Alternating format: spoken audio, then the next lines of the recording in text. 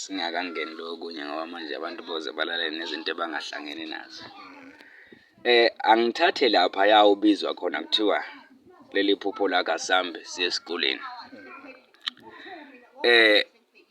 Ngangiyathatha ngithi idlozi logedle lelo noma idlozi lasesibongeni sakini sakwaZulu, ngoba kuyilona-ke mina engiqhakambisa phambili ngiyangiqamba amanga.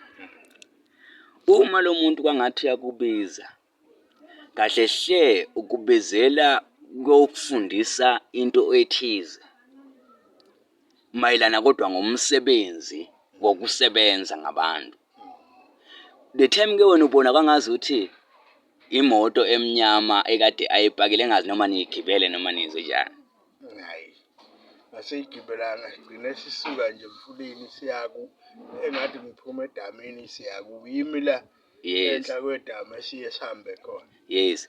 So ke ngalokho ke madala imoto emnyama ahamba ngayo yena ebanye baye bathi imoto yisinyama noma emnyama esuke ibika isinyama ebomvu esuke ibika igazi. Yes, ngiyavumela nabo kodwa kulokho ngizokushintsha ngithi idlozi logedle leli lokubizayo. The time ke manje usuyibona wena ekwangazi ukuthi ubelethe kumuntu, awubelethanga kumuntu osukumazi kodwa ubelethe wena kubantu bakini. Kodwa ke sekunalento elibana intshontsha uxhumano lwakho nabantu ebangasekho. Manje ke lengathi ubona ngathi kwamapharapharanyana and futhi amaphara akuhlupha lawo. Akuhlupha ngoba uqala ukukhuluma ngawo. So kuntshontsha uxhumano lwakho lento futhi libani yakuncela nje kancane.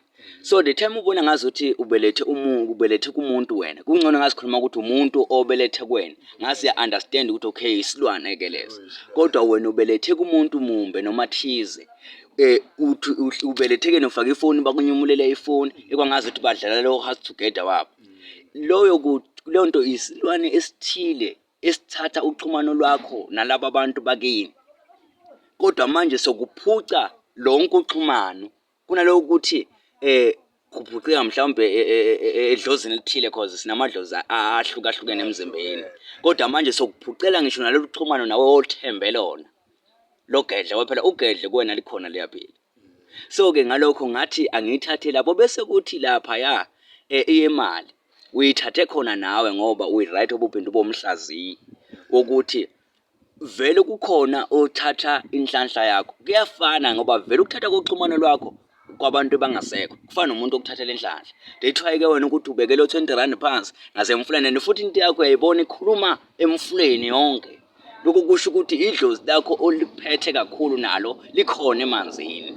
Njengabantu kade balwe izimpi nje babefe emanzini kakhulu. So ke ngalokho ke ngaphandle ukuthi baze bafe entabeni ngoba esicongweni phela kahle hle bekuhlala umuntu oyikhosi. Bekungahlale noma ubani okuyibona la bekumele ukuthi bahlangabeze impi emfuleni yena uzolibani ahleli khona esicongweni. So ke lokho kusho ukuthi uthini kusho ukuthatheka kwasamthing noma ukuthatheka kwenhlanhla yakho. Lento the time ithatha lenhlanhla kungcono ngabe yakushiya manje kufaka isigcwagcwa nesichitho. Ngayibeka kanjalo mina madala. Ngayibeka kanjalo nje ngenhlanhla ke la ko TikTok lapha ngoba ngangishilo vele ngathi Dr 23 Mathumathumeke YouTube kanjalo sichaza amaphupho siyabhula futhi sinjalo kodwa lokubhula sekuqhaqhambisi ke kakhulu enkundleni zokuxhumana ngoba ngcono ukuthi ngikuchazele iphupho noma usufuna ukuhlolelwa ke ngeke uhlolwe yimi lokuhlola leli gedle. So ngisho ukuthi ke leli phupho angichazelena nginichazela nonke nina ukuthi leli phupho limisa izinto ecishe zibe kanjani nani ke ngelinye ilanga uma umuntu uphupha uthathelwa ifoni noma iselfoni noma uphupha iselfoni ifile. Lokho kusho ukuthi kunento kumele uyilungise kubantu abadala ngoba idlozi lakho lifana nento vele efile. Uma ukuthi uthathelwa iselfoni kodwa le cellphone iyaphila vele. Lokho kusho ukuthini? Okusho ukuthi wena kunamandla ebawathatha kuwena mayelana noxhumano labantu bakini ebangasekho. Bese kuba nento ukuthi ifoni isayolungiswa. Uma ifoni isayolungiswa kusho ukuthini? Lokho kusho ukuthi kunezinto ezisalungiswa edlozini lakho ukuze ugcine unoxhumano nabo. Mina ngiyema lapha sozana manje.